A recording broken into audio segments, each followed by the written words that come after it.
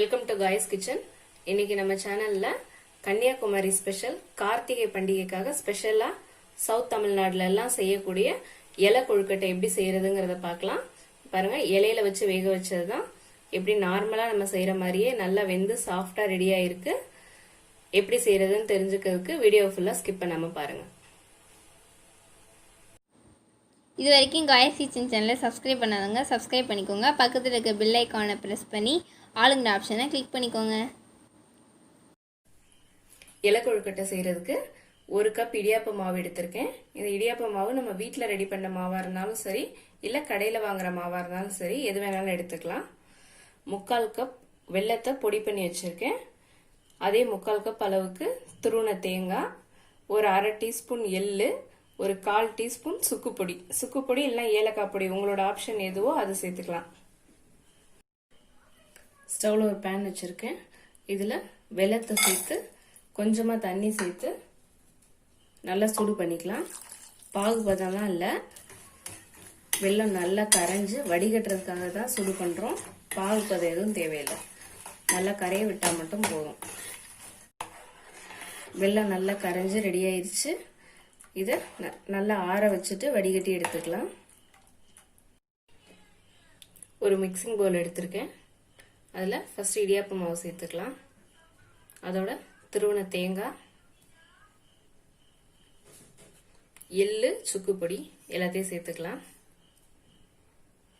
இதை கையிலேயே நல்லா மிக்ஸ் பண்ணி விட்டுக்கலாம்.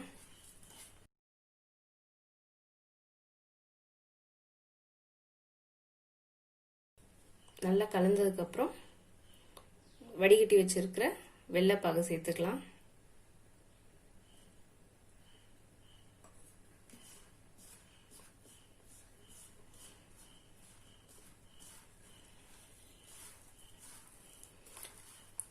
வெள்ளைப்பாகை ஒரேடியா சேர்த்துறாம கொஞ்சம் கொஞ்சமா சேர்த்து நல்லா நம்ம இடியாப்ப மாவு கொழுக்கட்டை மாவுக்கெல்லாம் பிசைகிற மாதிரி பிசைஞ்சுக்கலாம்.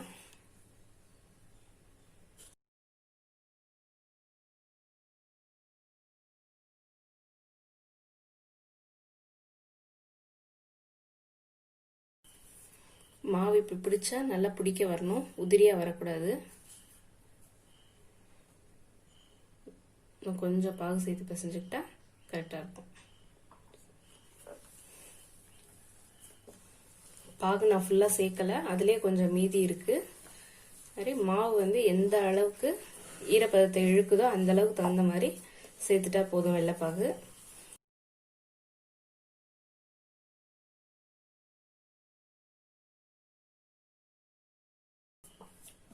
மாவு ரெடி ஆயிடுச்சு.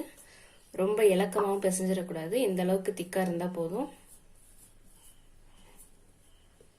அடுத்து கொழுக்கட்டை ரெடி பண்ணிக்கலாம். இதுலயே வந்து இன்னும் ஒரு 1/4 டம்ளர் பாகு எனக்கு மிச்சம் இருக்கு, அதை நான் சேர்க்கல, அப்படியே தனியா வச்சுக்கிறேன்.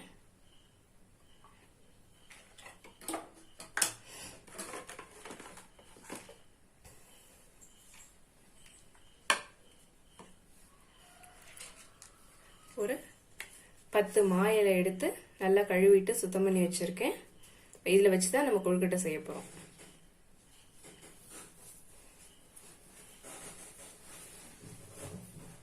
இப்படி நல்லா உருட்டிட்டு, பிடிக்கலாம் வேண்டாம், நல்லா உருட்டிட்டு இப்படி வச்சு நல்லா ஓரங்களை வந்து அழுத்தி விட்டுக்கலாம்.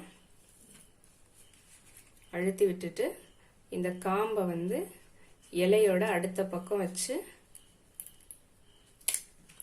இப்படி ஓட்டை போட்டு இதை அப்படியே ஜாயின் பண்ணி விட்டுலாம். அவ்வளவுதான். மாவு வெளியில வராம நல்லா உள்ள பிரஸ் பண்ணி விட்டுக்கலாம்.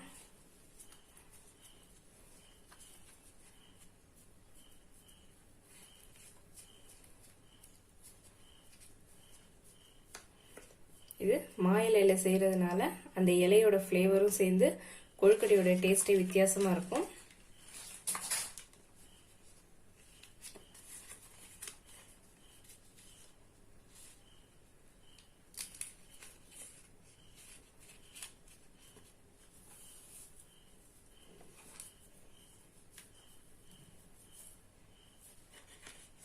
இதில் அப்படி சென்டராக வச்சுட்டு ஏற்கனவே நான் இங்கே ஓட்டை போட்டு வச்சுட்டேன். இதில் அப்படியே உள்ளே நுழைச்சிட்டு வேண்டியதுதான். வச்சுட்டு நல்லா மாவை நல்லா எல்லா பக்கமும் ப்ரெஸ் பண்ணி விட்ட வேண்டியதுதான். எக்ஸ்ட்ரா மாவு வெளியில் வர மாதிரி இருந்தால் எடுத்துக்கலாம். ஏன்னா இலையை விட்டு மாவு வெளியில் வராமல் பார்த்துக்கணும்.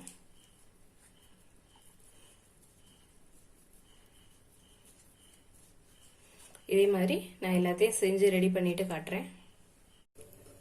பாருங்க, மாவு வந்து இலையில வச்சு கொழுக்கட்டையெல்லாம் ரெடி பண்ணியாச்சு.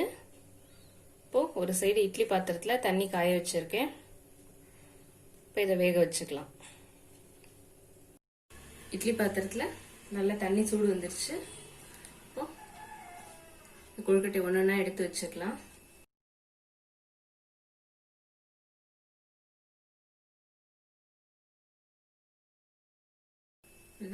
இலை கொழுக்கட்டை ரெடி பண்ணி வச்சாச்சு. ஒரு 15 நிமிஷம் நல்லா மீடியம் ஃப்ளேம்லயே நல்லா ஆவில வேகட்டும். அதுக்கப்புறம் ஓபன் பண்ணி பார்த்துக்கலாம்.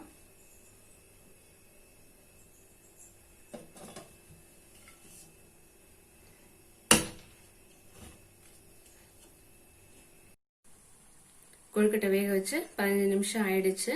ஓபன் பண்ணி பார்த்துடலாம்.